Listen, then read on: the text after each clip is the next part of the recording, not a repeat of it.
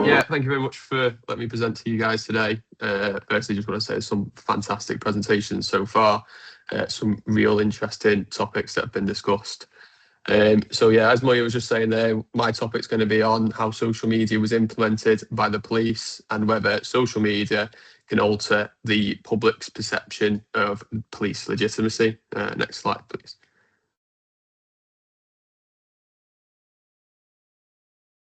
Thank you. Yeah. Should be one more. That's perfect. So yeah, just very quickly, I know it's going to be a very quick synopsis of obviously what my research discussed. This presentation is going to aim to discuss my findings on social media in policing and its impacts on legitimacy. I want to discuss how my research needs to be taken forward and what sort of influences it's had on myself as a serving police officer. There'll be a brief explanation on how I've conducted my research, including finding and locating my articles and how I've analysed those. And lastly, there'll be a discussion around 2 recommendations I made to Merseyside Police to improve current policing practices and how we should look to take my research further. Next slide, please. So very quickly, just quickly about myself, similar to what Adam was saying, I left school with very minimal GCSEs. I did a little bit of work at IKEA and as a healthcare assistant in the NHS. Joined Merseyside Police in 2021. We do a 32-week training period there. Did a couple departments during my carousel, worked 12 weeks on response, 14 weeks on neighbourhood, and then 12 weeks on investigations. Following that, I've obviously decided to go down the detective route. So I spent 1.5 years on CID and 1.5 years on our Protecting Vulnerable Persons Unit, dealing with domestic violence. Following this, I've just finished my Masters in Financial Crime Investigations. Successfully passed my detective routes, and I have just moved over to the Northwest Regional Crime Unit, where this research that I've done at this very start of my policing journey, I still look at and use to today. Next slide, please, Maya. So yeah, this was my research, my dissertation that I conducted. It's just very quickly, the PCDA, for those that aren't aware, obviously is a 3-year fully funded degree by the police in cooperation with the university. We had to do our dissertation within 4 weeks. Obviously, we get an allocated block Monday to Friday to complete this. For those obviously who've done dissertations, you can imagine that writing 10,000 words within 4 weeks was quite challenging. However, it was a great experience for myself. This is where I found my love for sort of the academia and the relevance towards professionalising policing, and that link sort of between evidence-based policing should be, they go hand in hand.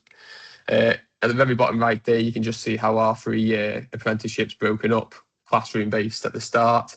Obviously, you go on to your second year, which is a bit more sort of the carousel journey, as well as those individual blocks. And then your final year, which obviously, yeah, as I was saying, is finalising with a dissertation. Next slide, please. So, right, the reason for me, or why I chose my research project, was basically at the start and towards, the end of my sort of journey as a police officer. There was a couple high-profile cases, two gentlemen up there, Wayne Couzens and David Carrick, who really got the police in a negative light. I found myself going to jobs, sort of getting painted the same picture as these 2 individuals, saying how all the police are the same, we're all sort of, tyrants. And it was really sort of casting a negative light on some of the fine officers that are in the force, and sort of painting them in the same picture. And I noticed when I was seeing these sort of articles online that they would have hundreds of thousands of views, sort of things. And, there was the likes of auditors that were going around filming people, trying to sort of get reactions out of police officers. So this was the reason why I decided to choose my sort of research around social media and legitimacy. As you can see there, obviously social media is very popular. 4.9 billion users globally. 60.49% of the global population have social media. And it's one of these platforms that aren't going to go away. It's always going to be there. And I think now as a police force, we need to be doing sort of more to interact with the public and using that sort of social media aspect to our advantage. Next slide, please. Yeah, and so obviously, with social media, and at the time of doing my dissertation, it was recognised on both a local and national level. So the Merseyside Police Crime Commissioner introduced a crime plan from 2021 to 2025, highlighting obviously the key priority of engaging with the community, and how they wanted to prioritise this engagement was through sort of social media aspects. So it was obviously a key drive for Merseyside Police to still want to pursue how social media was being used. And then nationally as well, the NPCC had a vision for 2025 as well to improve data sharing by establishing technological solutions and improving information sharing to allow obviously an effective approach. The NPC proposed to introduce a social media project known as the Target Operating Model, similar to a system we're using here in Merseyside, to promote the usage of social media through clarification and guidance for police forces in its use. Next slide, please. Yeah, if you could just tap one more. Thank you. So what was found during my research, my theme one was how social media is currently being used before and after police incidents. So I found that quite a lot of research obviously highlighted specific events. So such as, there was an incident in Australia whereby, so a particular force were trying to use social media to employ empathy and transparency to recover sort of how policing was shown during a specific event. Now, obviously, it demonstrated the sort of humanistic side to policing by enabling force to, employ empathy, transparency, to potentially neutralise and restore the legitimacy that's obviously maybe been a bit tarnished. It enabled officers to obviously, to be accountable, to display fairness, to sort of maybe explain the rationale of the decisions they made. And the second theme, obviously, improving a policing image and public confidence in obviously ethnic communities.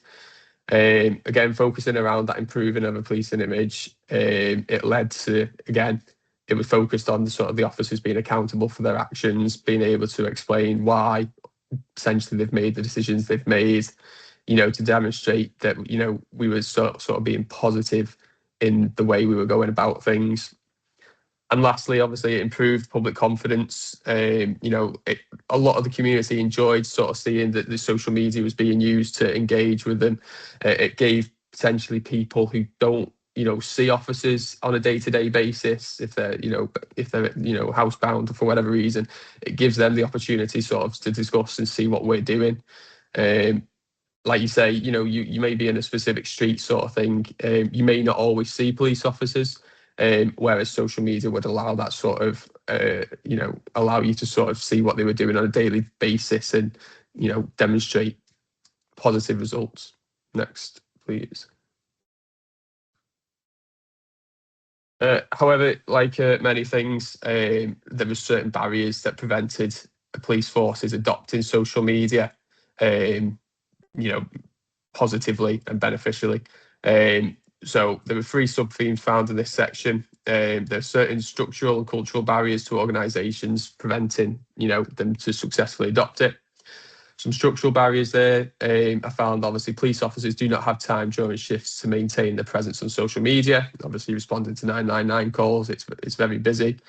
Obviously the public sometimes expect immediate responses to posts that have come up, such as questions being asked. There's obviously a fundamental lack of training in how to deal with social media, and there's clearly no clear protocols for working with social media at present.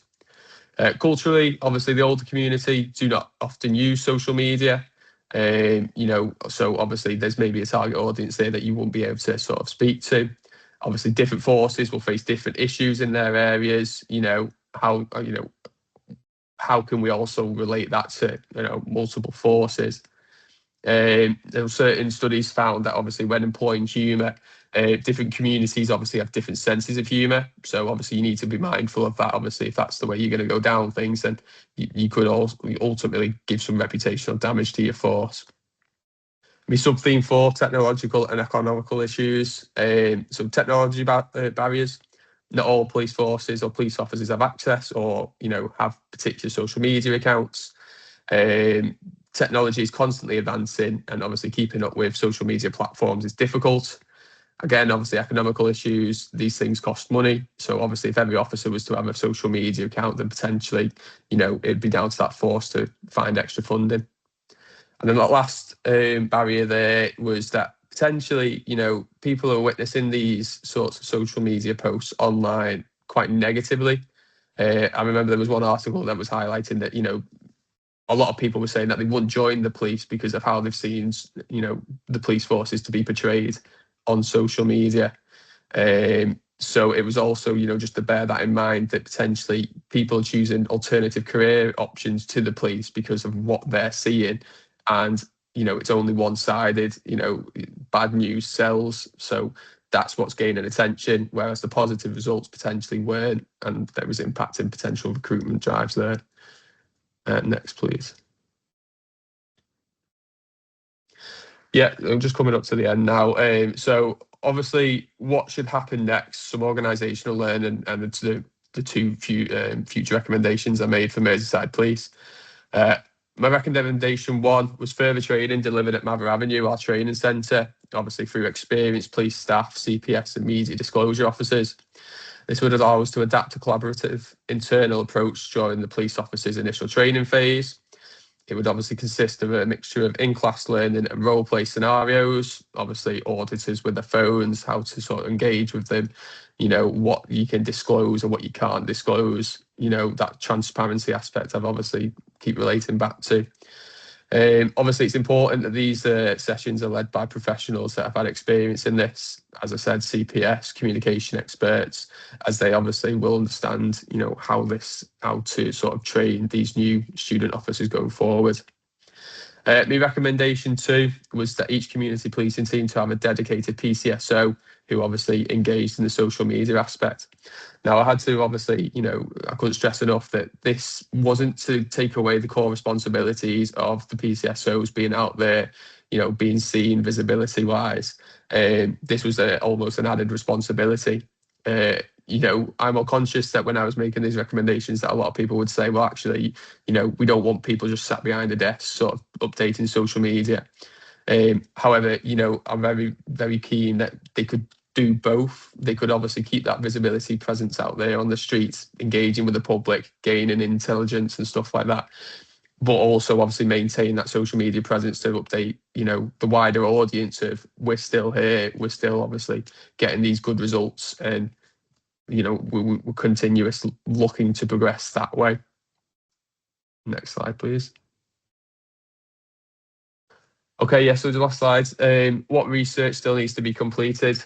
Obviously, when I was completing my research, AI was either just coming into it with the likes of ChatGPT or, was just looking to be explored. So obviously, there's still more research to be conducted around, obviously, how we potentially could link social media with AI and how this obviously could be fueled sort of to progress the positive policing legitimacy.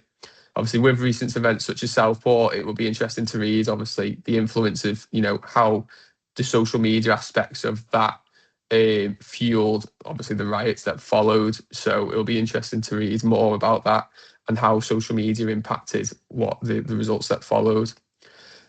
Obviously, artificial intelligence, AI, is extremely popular. 2025, the NPCC's published a national framework, basically calling out a strategy for how it's, needs to be managed responsibly and developed across the UK. So particularly areas of interest that we could look at integrating how AI will impact my research would be, could it be used to sort of provide automatic updates on social media instead of the PCSOs using it? that was an interesting thought I had. And how can AI be used during the process of criminal investigations? Obviously, there's fundamental issues with AI, including that sort of lack of transparency and accountability, that decision making. But whether this sort of could be used as an effective tool to keep victims updated, could it be used to sort of concise sort of interview tapes, that sort of thing. And I know a few forces are sort of to delve a little bit more into those sort of avenues. Next, please. Yeah, so just to conclude then very, very briefly, obviously my presentation's, showing how I've decided to focus on social media as the potential impacts of on the public's perception of police legitimacy. I've showed you briefly how I've set out my research and how I've found my articles that I've analysed. I've discussed to you obviously the benefits of social media to improve the sort of legitimacy and demonstrate a humanistic and transparent side to policing. However, there's a lot of research that suggests there's a range of barriers, currently preventing police forces from successfully adopting it. And as a result of this research, obviously the presentation has identified 2 recommendations to aid Merseyside Police in adopting social media going forward. Next. Perfect. Yeah, no, that's fine. That's open the floor to any questions. Thank you very much, James. I'm just waiting to see if any questions pop into the Q&A chat for you. Yeah, no worries.